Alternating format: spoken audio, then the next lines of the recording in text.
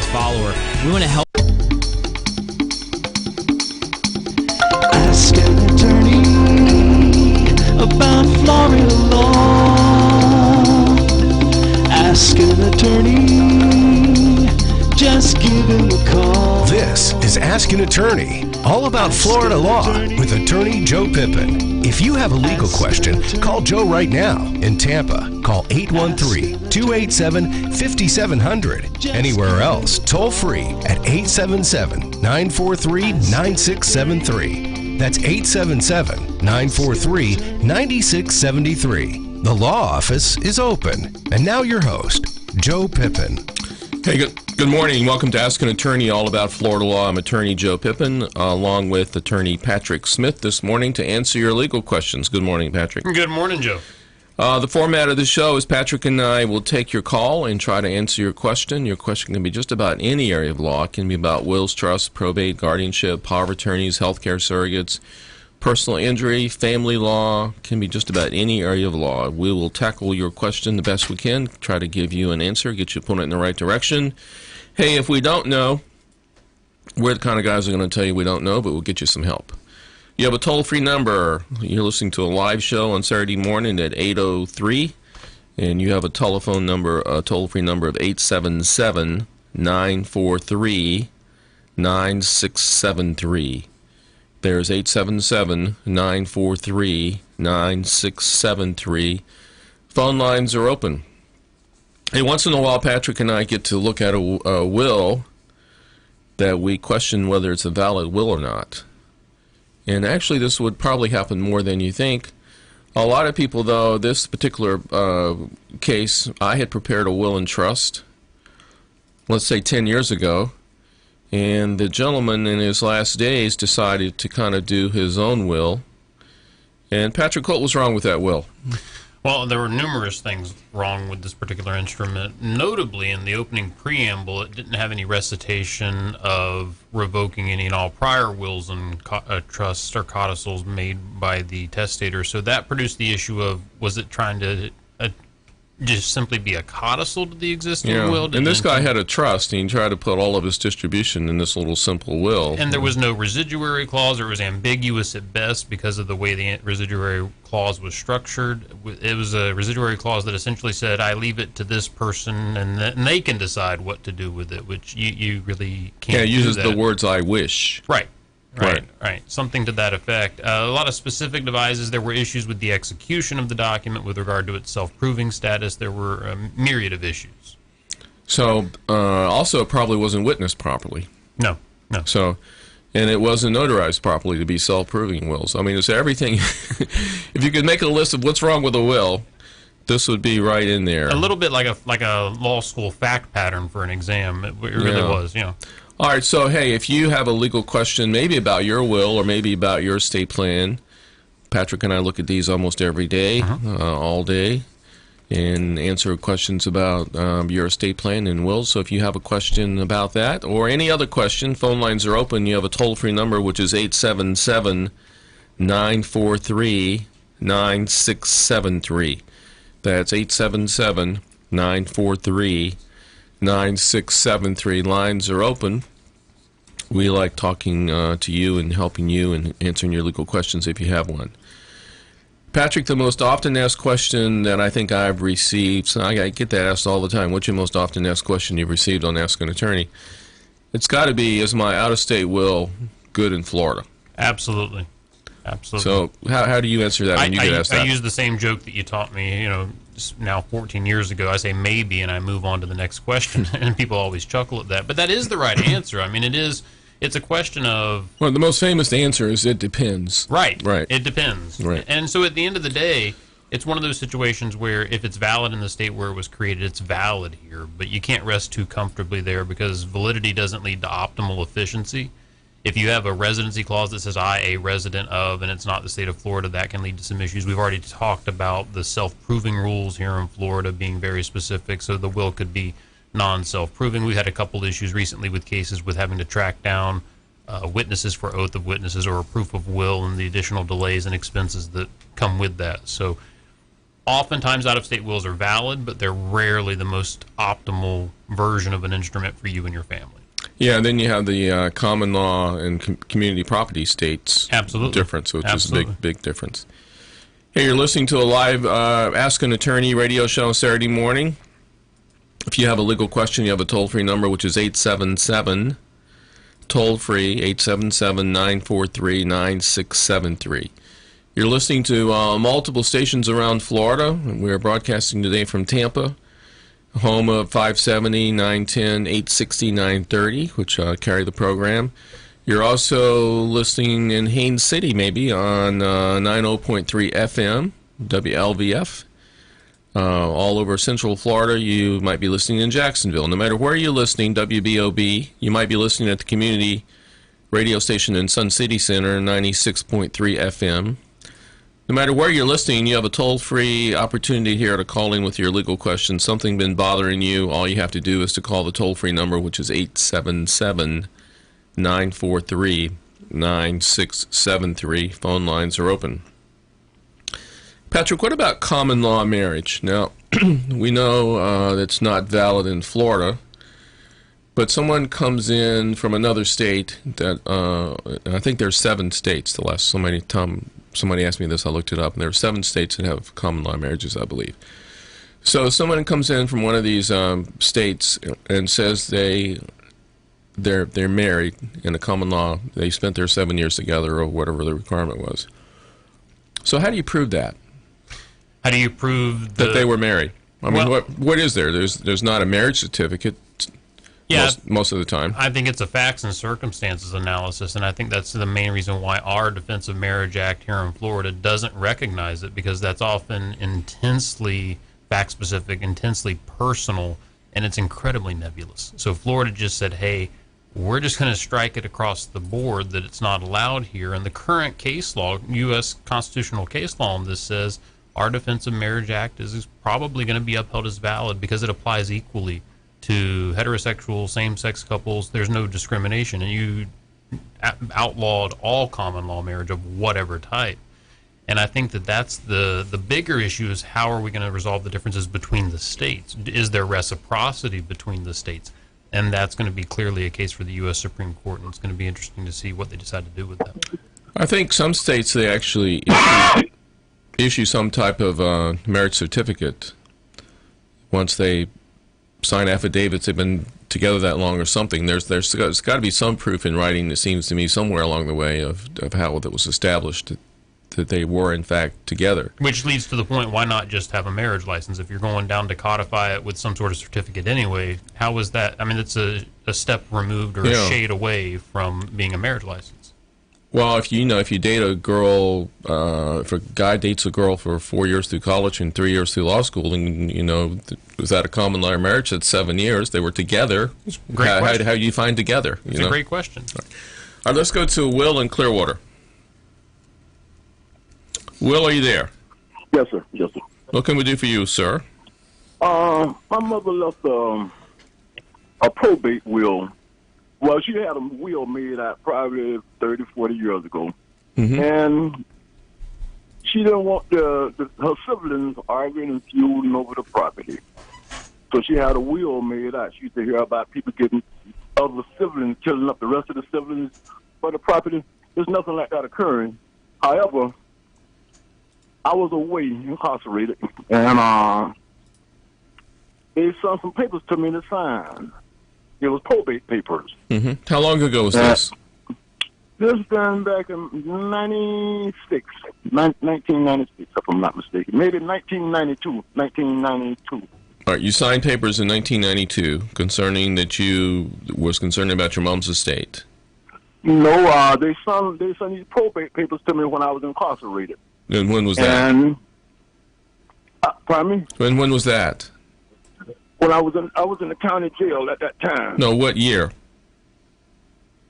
What year? This is going to be in 2002, sir. 2002. That's when it was. 2002. And I signed the papers. I didn't know that it was very fine print. Mm-hmm.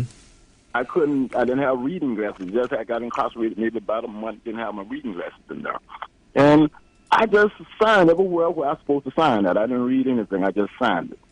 Okay, after I got out, maybe about, I've been out for a good minute, but about 3 years ago, I something just say, look into it.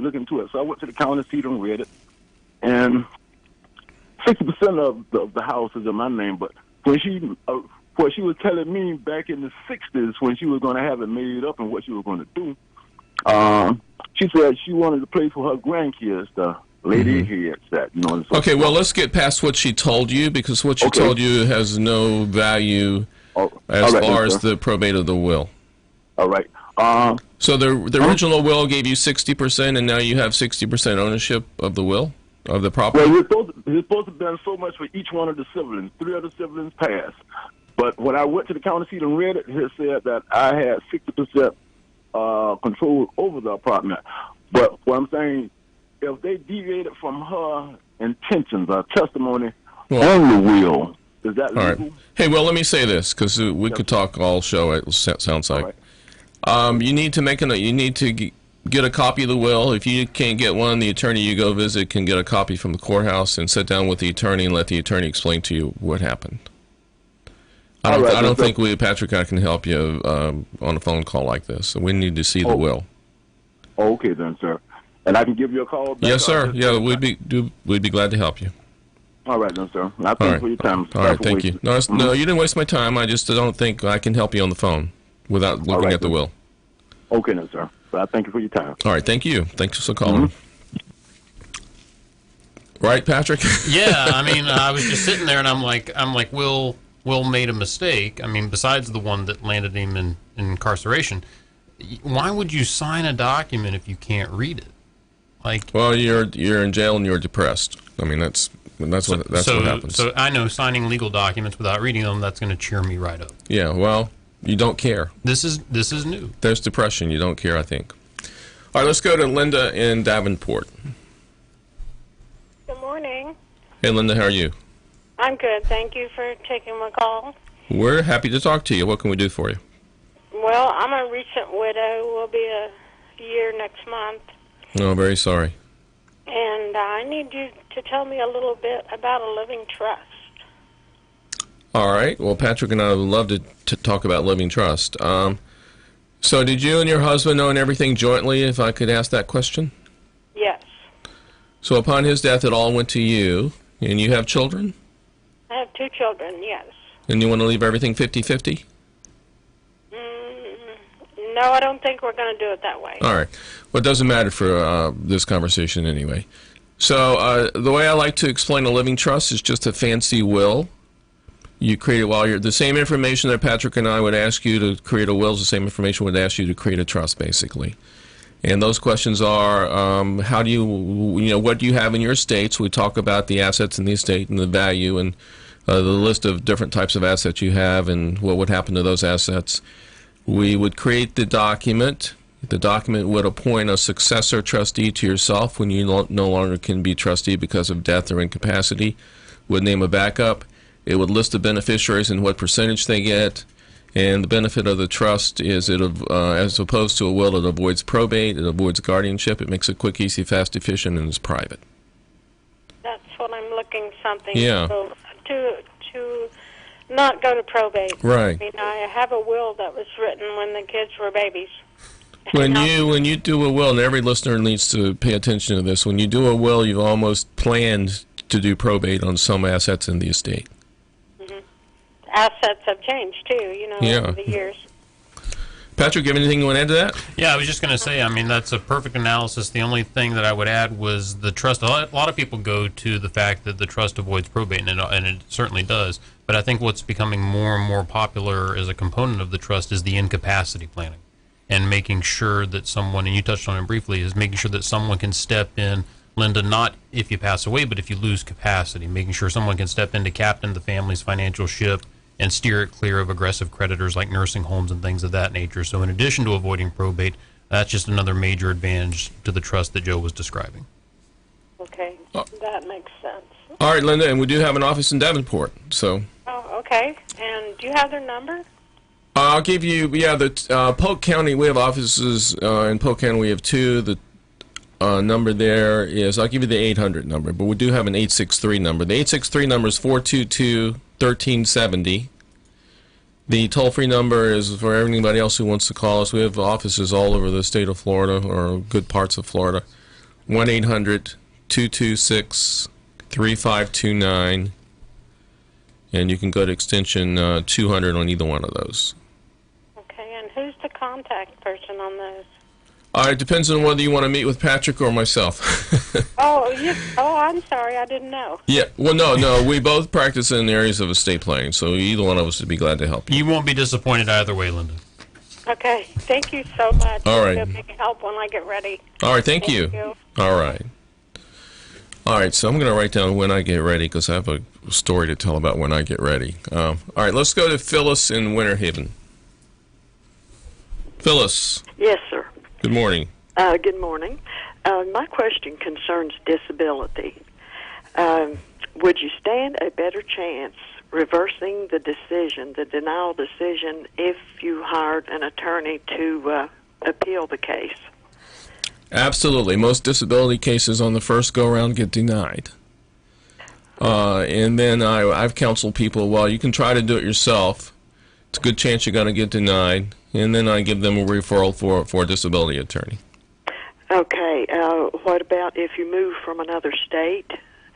And our deadline to file an appeal is July 16th. Mm-hmm.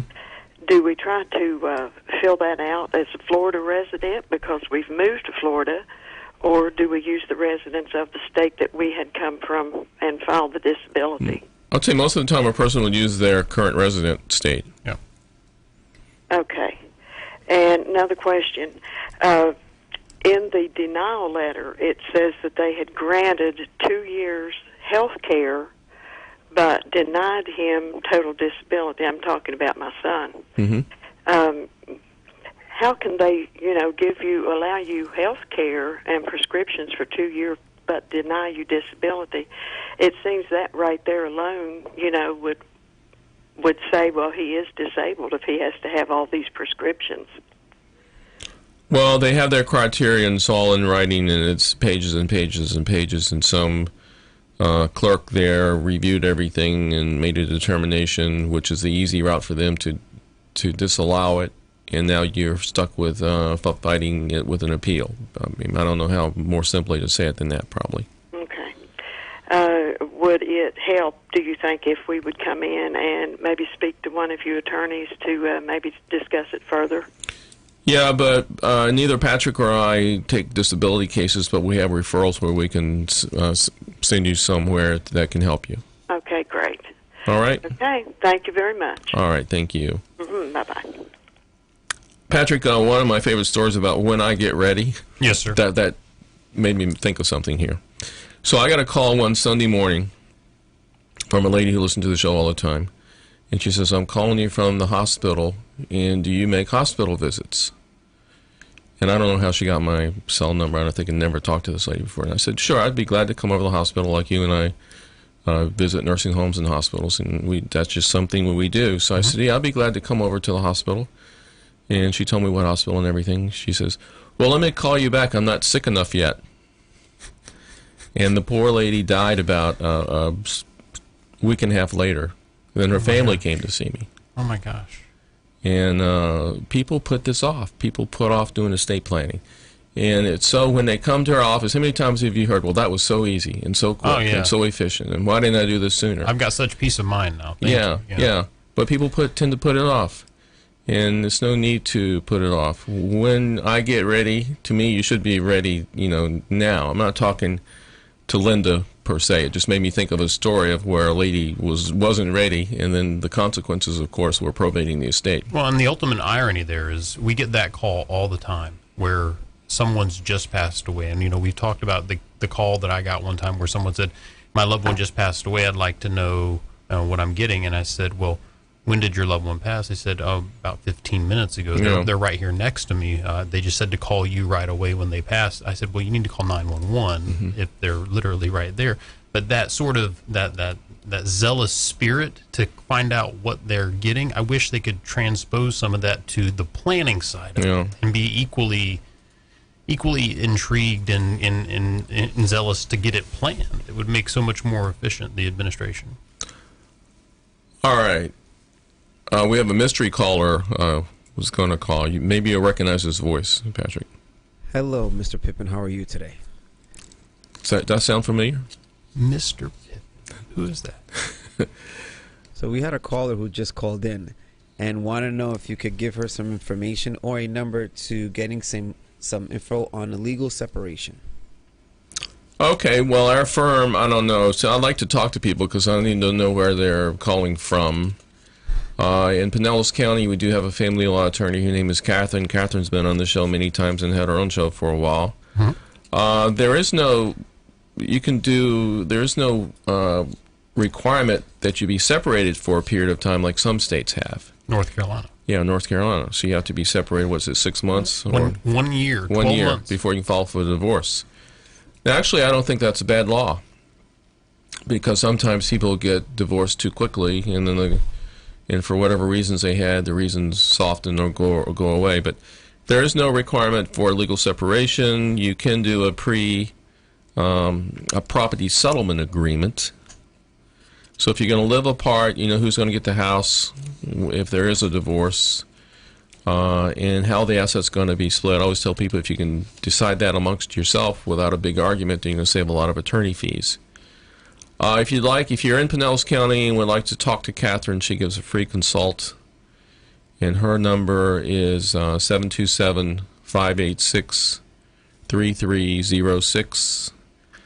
And just go to extension 200 and ask for Catherine and tell her you'd like to talk to Catherine about a property settlement agreement is probably what you're looking for at this point. Hey, if you have a legal question, you have a toll-free number, which is 877-943-9673. 877-943-9673. Patrick, I have another member of a question that came in. A wife called and wanted to know how quickly, if assets were held jointly with right of survivorship with her spouse, how quickly could they be hers if he died? And I said, well, if you were in his arms right now and he died, they'd be all yours before he hit the floor.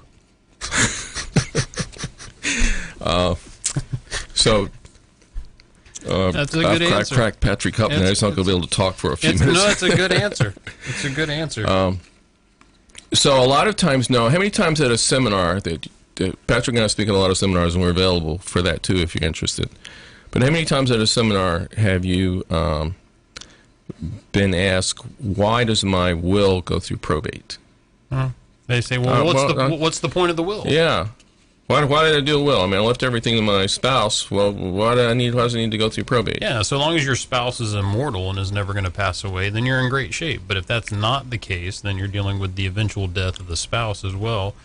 And I tell people, I say, look, if you don't have a will, you have a will. You've just let the state fill in the gaps for you by statute. So that's why people do wills, to stop those things from happening. And then this phenomenon, this wonderful phenomenon we have up in the villages where we have a lot of second marriages because the first spouse passed. And third and fourth, too. Or if they're from Boca Raton, 15th or 16th, whatever the case may be. But these people had lives beforehand, and they have what we call the order of death risk. If they jointly hold assets and they each have kids from a prior relationship, the last to die is going to win. So they need to get a plan in place to make sure that both sides of the family are protected. And how many times have you heard, well, we own everything jointly, so we're just going to let the survivor deal with the estate plan?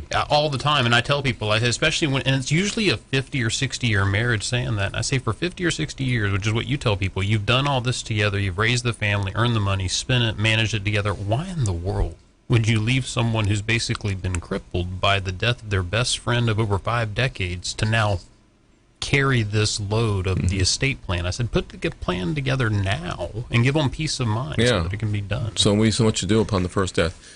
Let's go to Darlene in Oldsmar.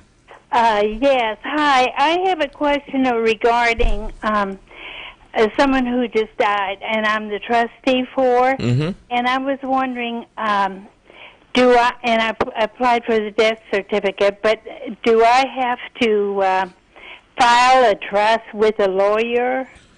Well, what's required is a trust notice. So what a notice is, it just says so-and-so had a trust, so-and-so died, you are the trustee, so you put your name and address on the public record so that creditors, since there's no, let's assume there's no probate because there was a trust, although that's not a total truth all the time. Sometimes those, 80% of the assets in the trust that avoid probate and 20% somehow or another that didn't get in the trust, it needs to go through probate. But the trust notice is a requirement so that creditors can find you because now your name is and address are on the public records as a trustee of this person's trust. So yeah, what Patrick or I would do normally when a person comes in under those circumstances, we file the will with the court. There's a 10-day rule about the will being filed. We do a trust notice. Oh, you need to have file it within 10 days? Well, yeah, that's an enforcement statute, I call it, because it's a statute there in case you weren't filing it and you were delinquent in filing it, and then some family members all upset you didn't file it, so they can basically force you to file it. But don't you have to have the death certificate first, which takes like a week? I won't get it till next week. You don't have to have the death certificate to file the will. Oh. But most people do wait till they get the death certificate, actually. Okay, that's... Darlene, are you the only beneficiary on this trust? No. No. There's, checks to Salvation Army and pets and... Yeah, just so you know, there are fiduciary duties you will owe them. And as Joe said, yeah, you're welcome to go at the trust administration on your own, but you also have the option of bringing in counsel. The initial requirement for a trustee on a trust are the 60-day notice to beneficiary packets that have to go out under Florida Statute 736 that have to let the beneficiaries know that you're the trustee. Now, the statute says they're entitled to a copy of the trust is what you have to notify them of. We go ahead and send a copy every time because if I send you something saying, hey, guess what, you're getting a part of this estate and you're entitled to a copy of the trust, what's the first thing you're going to ask for? Send me a copy of the trust. So we go ahead and put it in there. And then you typically give them a rough estimate of what the trust assets are that you're aware of as of the date of that mailing. Well, these are organizations. Yeah. The rest goes to me, but there's only 2 organizations. Do they get dollar amounts or do they get a percentage dollar of it? amounts. Dollar amounts. Okay. Yeah. All right. I was thinking maybe I could just handle it, but I think I feel better with the lawyer. Yeah, we help people do that all the time. Some, if the charities were to receive a percentage, some of those are very difficult in demanding an accounting to determine how you arrived at those percentages too. Oh, okay. So, Darlene, we hope to help you, and if we need further help, just give us a call. We'd be glad to help. Thank you very much. All right, thank you. Have a great day, Darlene. You too. Bye. All right, you're listening to Ask an Attorney All About Florida Law. We have about 22 minutes left in the show. The fastest hour in radio. There you go. If you want to call our show here, we'd love to talk to you. 877-943-9673. 877-943-9673. Phone lines are open. Patrick, so if a charity is a beneficiary of a will, or let's say of a trust, and let's say they get a dollar amount off the top, and let's say that dollar amount is $10,000 to the charity, the rest to Darlene or whoever it is. So can the charity demand a copy of the trust, even though they're a dollar amount? Yes. And sometimes they want a copy of the trust just to well, not a charity, but sometimes they want a copy of the trust just to... I have a case right now where everything's in a trust. The charity... a sister who used to be a major beneficiary of the trust, it got changed to $50,000 to the sister and the balance to a charity or charities. So now we get this letter from the attorney demanding the whole copy of the trust. Now normally what we do, what I did on this case is I sent... redacted copy. No, I sent the attorney... I sent him a copy of the $50,000 check that I had signed, and I gave him a copy of the trust. Oh no, I didn't give him a copy of the trust. I gave him. Oh no, I did give him a copy of the trust and a check of $50,000. But he had requested an inventory of the entire estate. Now I don't think that's really necessary when somebody just gets a dollar amount off the top. So I know they might be entitled to it, but usually my strategy is to send them the copy of the check and a copy of the trust and send it to the attorney and get the attorney to sign get the client to sign an acceptance and release before I send the original check. So we'll see what happens. Yeah, I think that's statutorily compliant. I think that any beneficiary, no matter the amount, is entitled to an accounting unless waived. So if they're waiving, then there's no issue. But I think that's why people who leave their beneficiaries $1, it's such a terrible idea, because they're entitled to all the full formalities of any other beneficiary, and you're just triggering additional delays and problems, like providing an accounting to a person who got $1. Yeah, and they say, well, I thought you had to leave them something. I always hear that. Yeah, just omit them for personal reasons and call it a day. Yeah. All right, well, phone lines are open. If you have a legal question, you have a toll-free number, which is 877-943-9673. That's 877-943-9673. So, Patrick, a couple has a joint trust, and they get divorced. So what advice do you give them on what to do with the joint trust at that point? None. I tell them you each need to go find your own new attorney.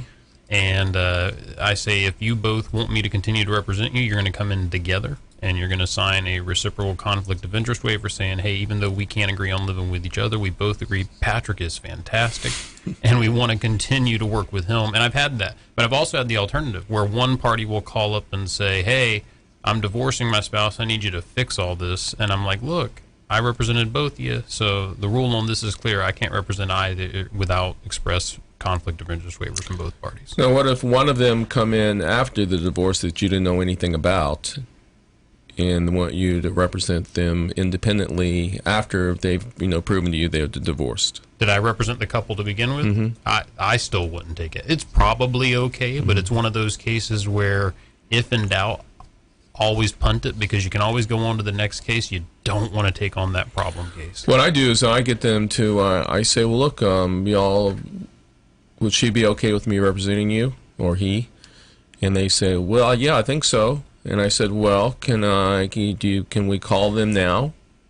And I get at least a verbal okay, and I just make a note in my file that I will talk to the other spouse. And I said, I usually say, well, look, your spouse is here, and I represented both of you, so I would like your permission to represent him independently, and he's already given me to represent you independently if you would choose to come see me. And then I make a note in my file and let it go like that. But what if he called the new girlfriend? And she just got divorced and said she was... Exactly. You have a devious mind. I do, because you listen, when you've done as many cases as we've had. But I might just happen to have the former spouse's phone number in my file anyway. Well, there you go. Because she's probably still in the home. And what are the odds that the new girlfriend would go and take the former spouse's phone number? Minimal. Probably worth the risk. That's right. All right, you're listening to Ask an Attorney, all about Florida law. We have 17 minutes for you to call the show if you have a legal question. You have a toll-free number, 877-943-9673. And we have not had a call from Jacksonville today, which is a little bit unusual. So we're going to wake up Jacksonville this morning. Patrick, give us your contact information. Yeah, you can reach out to me at the main office line, which is 352-241-8760. That's for anything sort of in the middle part of the state. The 800 number, 1-800-226-3529, and my extension is 306. You can check us out on Instagram at Attorney Patrick Smith and Facebook Attorney Patrick Smith, and you can keep up with all of our events, speaking engagements, and relevant goings-on. So I had an interesting thing. Whenever Patrick and I go into an assisted living facility or a nursing home, one of the big problems that we usually have are witnesses. So I went into a nursing home in Sun City Center this week. And first of all, the person who, my client, called me and gave, there was an Ashton Gardens, and there were two of them in Sun City Center. And I don't know where he got the address from, but he gave me the wrong one. Oh, no. So I go, it's only about a 10 or 15 minute. One's right across the street where he was, where my office is, and the other one's 10 or 15 minutes away, and he gave me that address. So I go there, and they call around and find out where he is, so I have to go back. So anyway, I go into his room, and I've got this fairly simple amendment prepared. And one of the employees there had agreed to witness, and she called her friend to come witness.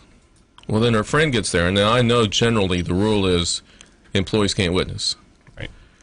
but if they kind of volunteer, I'm gonna let them. Sure. So anyway, the friend, they called the friend in, and now the friend's there and says, we can't witness. So anyway, I looked around. Usually we find a visitor or two that's in the adjoining rooms, and the visitors can always witness. So I walked down the whole hallway. There's no visitors in any of the rooms. It was like 3:30 in the afternoon. So I find these two little old ladies on the front porch. And I said, would you all mind coming to witness for one of my clients here that's also here? So they're both on walkers, and we could go from the front of the building all the way around to the back of the building. But they were troopers, so they stood up, went there, and helped. One of them had to sit down from using their walker when they got to the room to rest a little bit. Sure. But I got my 2 signatures. You got the job done. Got the job done. Hey, Barbara from Jacksonville. Hey, Barbara. Barbara, are you there? Hi. I have a question. I actually just moved to Florida. My husband and I own a franchise. Mm-hmm. He's actually only the person on the franchise. It's an LLC. Mm-hmm. And it just dawned on me that I was wondering, does the LLC cease? Does it cease after his death? Or I can't remember what the contract said. I have to pull it out. All right, so what we do, let's say you and your husband own most everything jointly, but he's got this LLC business in just his name. So normally I'll tell you what I would do, and I think Patrick would do the same thing. We would create a joint trust for husband and wife for all their jointly held assets. Okay. We would create, in fact, I just had a case like this last week in Jacksonville. We created a separate trust for the husband who put the LLC and his other corporations in the name of the trust, made the wife the first trustee, left her 100%, and then the rest of the distribution on the individual trust was exactly like the joint trust, which was in this case equally to the kids. So you can avoid probate on that, and you could continue running the business or own the business or sell the business under his separate trust. Oh, under his separate trust. Mm-hmm. Okay. Okay. And am I allowed another question? Sure. If I own property in another state, everybody's telling me that I should have, and I have a will in another state. They're actually saying I should do everything in Florida. What's your thoughts on that?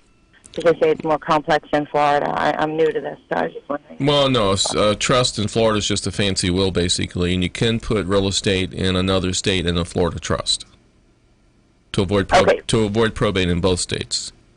To avoid, okay, so I need to definitely do it then, right? Uh-huh. What's the other state, Barbara? No, it's actually Massachusetts. Yeah.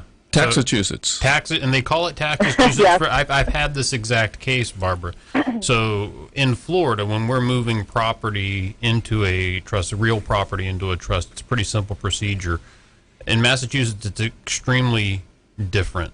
It is not. You will not meet with the same ease that you'll find here in Florida. So you definitely want to reach out to Massachusetts Council, and if you've created this trust with Florida, simply have the Massachusetts attorney draft the paperwork to fund the Massachusetts real property into the Florida trust, and that will optimize things. But you're going to need Massachusetts counsel for at least that step in the process. Okay, so have it drafted to Florida? Have them drafted to Florida? Yeah, I think you meet with Joe first, and then you get the plan built and the infrastructure in place. You know, we always talk about the trust as a safe, so build the safe, and then Joe will give you very specific instructions to carry to the Massachusetts council on what they need to do. Okay. All right, I really appreciate it. Thank you so much. All right, thank you. I'm going to put your station on and continue listening. Thanks again. Thank you. Thank you, Barbara. Bye-bye. Bye. Thanks. So, Patrick, if a person has 5 pieces of real estate in 5 different states and dies with a will, how many probates is that person going to have to go through? So, is one of the 5 states Florida? Yes. Okay, then they're going to have a total of 5 probates. 5 probates in 5 different states with 5 different attorneys? They're going to have... Man, that sounds expensive. It is. But wait, there's more. There's a way to avoid that. You create one trust and put all the properties in the one trust and avoid probate, not in one state, not in 2 states, but yes, in all 5 states you're going to avoid probate. That sounds like a great idea. It is. All right. Let's go to Marie in Sun City Center. Hello. Hey, Marie. I would have a question. I just finished getting a trust, and I have a lot of children, and I want to change it is it too late to change it to I want to only have a piece of property and a couple of insurance plans? And so there wouldn't be very much to go around for the whole group. So I want to put it in just one person and put the insurance policies, that couldn't be divided once the death things are taken care of.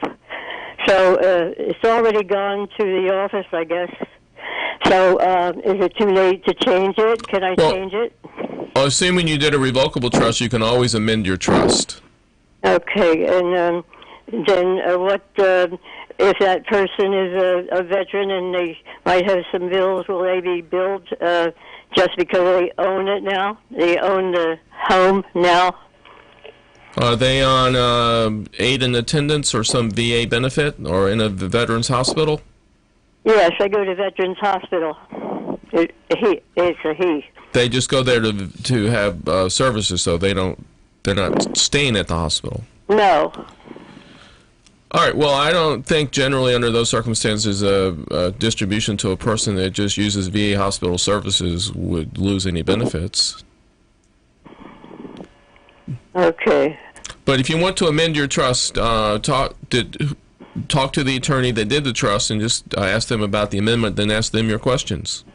But it is possible to change it, though, right? If it's a revocable trust, yes. Yeah, okay. Thank you very much. All right, thank you. I'm about to say, Joe, you may be that attorney. I might be. That's why I kind of hinted if I was, but I didn't want to ask directly. All right, let's go to John in Bradenton. Hello, Joe. Hey. I tuned in late. Is Patrick on your staff, or what's his? Yes, absolutely. Key person. Actually, Patrick is going to be the successor to the firm 50 years from now when I pass away. We negotiated 49 and a half, Joe. So. Okay. All right. I was listening, and you said all beneficiaries can demand a copy of the trust. What about next of kin that are not included in the trust? Ooh.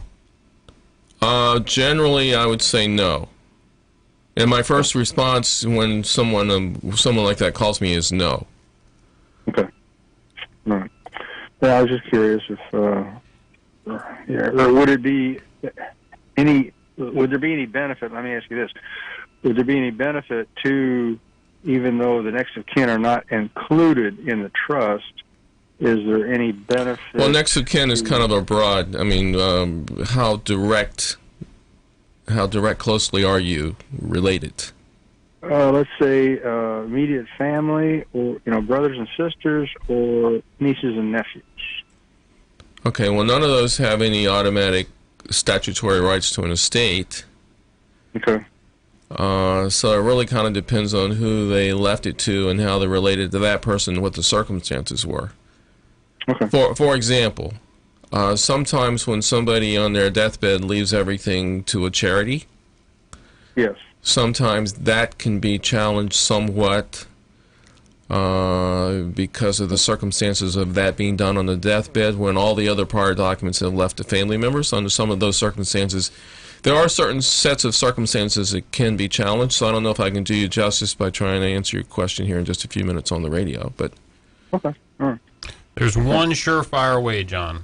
If you really want to get a copy of someone's documents, you got to find a basis for a lawsuit, file the suit, and then subpoena the documents. And assuming you can battle through some sort of motion for protective order, you're talking about a very expensive path to get there. But if you really wanted to get your hands on the documents, there is a possibility, but you're going to have to establish some sort of basis for that lawsuit. It can't be, I'm just nosy and I want to know what's going on. You have to have some sort of independent testimony to lead the court to believe that you had reason to expect something from this decedent. I get questions probably every day that I work, and sometimes on weekends because I'm very attentive to emails during the weekend, wanting copies of like parents or my dad or mom is sick. I want to see their document. Yeah. I say no. I said I need client permission.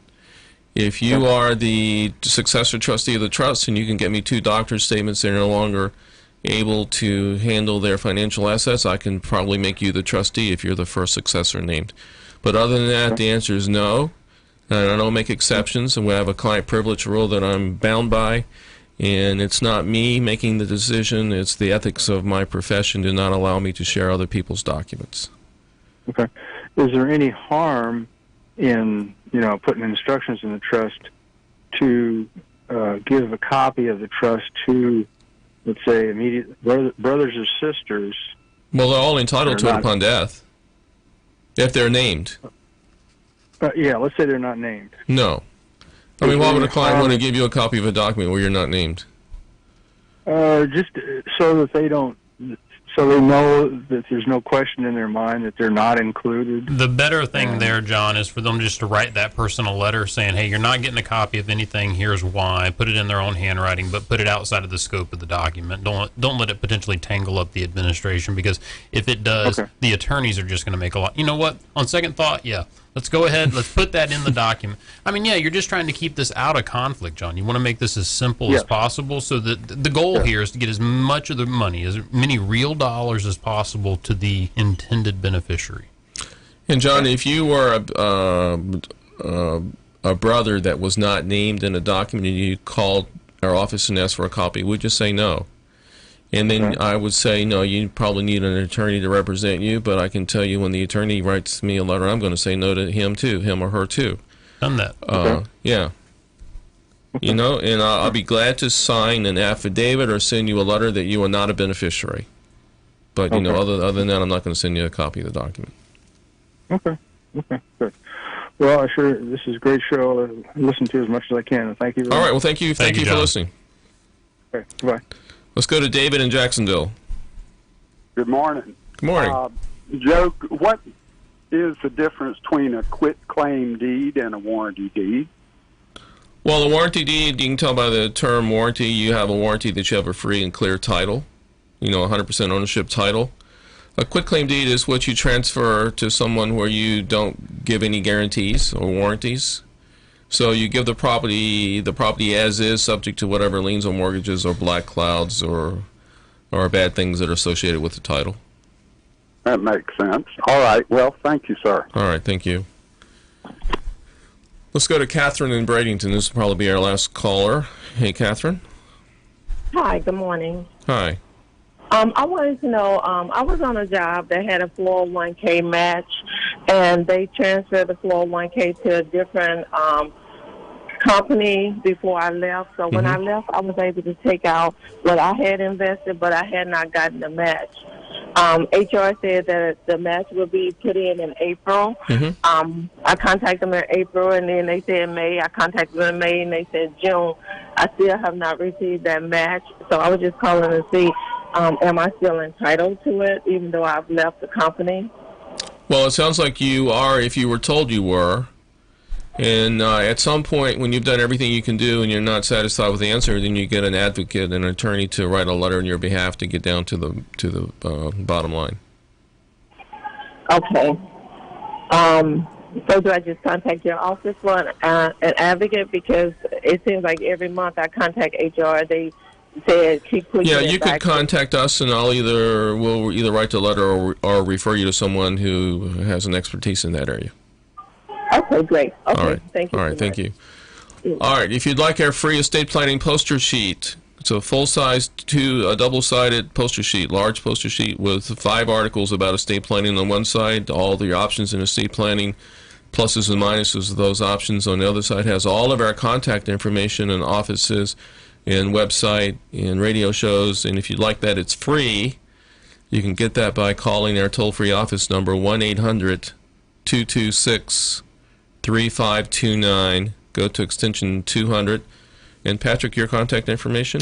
Again, you can reach me by email, patricksmith@attypip.com. You can reach me at the office at 352-241-8760 or 1-800-226-3529 extension 306. On Instagram at Attorney Patrick Smith, and on Facebook at Attorney Patrick Smith.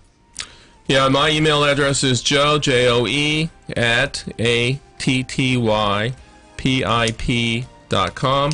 My cell number, if you want an appointment or a poster sheet, 727-667-3000. 3967. You have a great weekend. So long. Thanks, Patrick. Thank you, Joe.